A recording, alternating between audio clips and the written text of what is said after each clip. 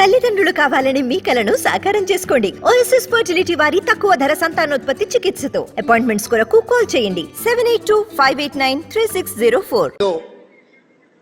ఇవాళ liquor party ఒకటైన విషయాన్ని మన కళ్ళ ముందు కనిపించి కాంగ్రెస్ను రాకుండా అడ్డుకోవాలని చూసిన మీరందరూ కూడా అడ్డుగోడలు తొలగించి లిక్కర్ పార్టీని మొన్నటి ఎన్నికల్లో లిక్కర్ పార్టీని ఓడించినారు. రాబోయే పార్లమెంట్ ఎన్నికల్లో లిక్కర్ పార్టీని కూడా ఓడించడానికి మాకు అందరికీ అండగా ఉండాలి అని కోరుకుంటున్నా. ఇంకొక మాట కూడా కీలకమైన మాట చెప్పిండు. ఇంటికి వచ్చిన నా మనవన్ని ఆశీర్వదించడానికి ఆ సందర్భంగా ఇంకొక మాట చెప్పిండు గద్దరన్న. రేవంత్ జీవితాంతం గుర్తుపెట్టుకో,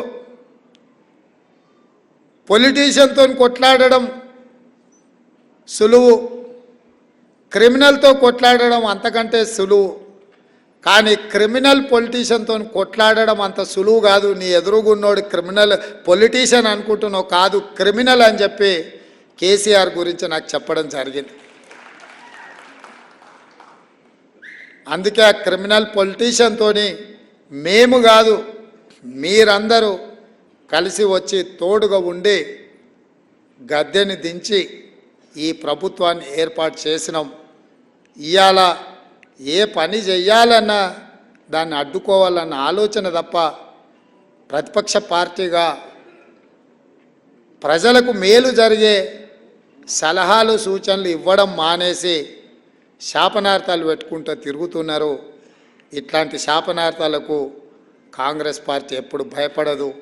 కాంగ్రెస్ పార్టీ ప్రజలకు స్వతంత్రం అవసరమైనప్పుడే ప్రజలకు స్వతంత్రం ఇవ్వాలన్న ఆలోచనతోనే ఈ దేశానికి స్వతంత్రం తీసుకొచ్చింది. ప్రజలు తెలంగాణ కోరుకుంటున్నారు అంటే అన్ని త్యాగాలకు వెరవకుండా తెలంగాణ రాష్ట్రం ఇచ్చింది.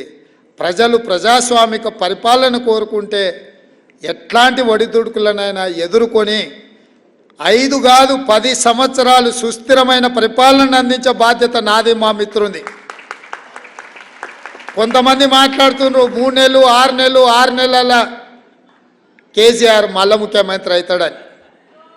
అయ్యా, అనుకునేటోళ్లకు ఆశపడేటోళ్ళకు ఒక మాట చెప్పదలుచుకున్నా. మొన్నటి ఎన్నికలల్లో ప్రజలు బొక్కలు ఇరగొట్టి బోర్ల పడేసారు.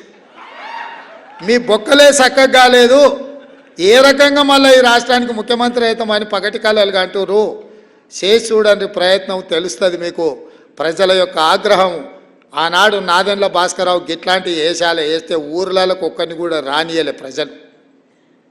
ఇవాళ అట్లాంటి ఆలోచన ఎవడన్నా చేసిండంటే గ్రామాలలో ఇక్కడ ప్రజలు గోరీలు కడతారు.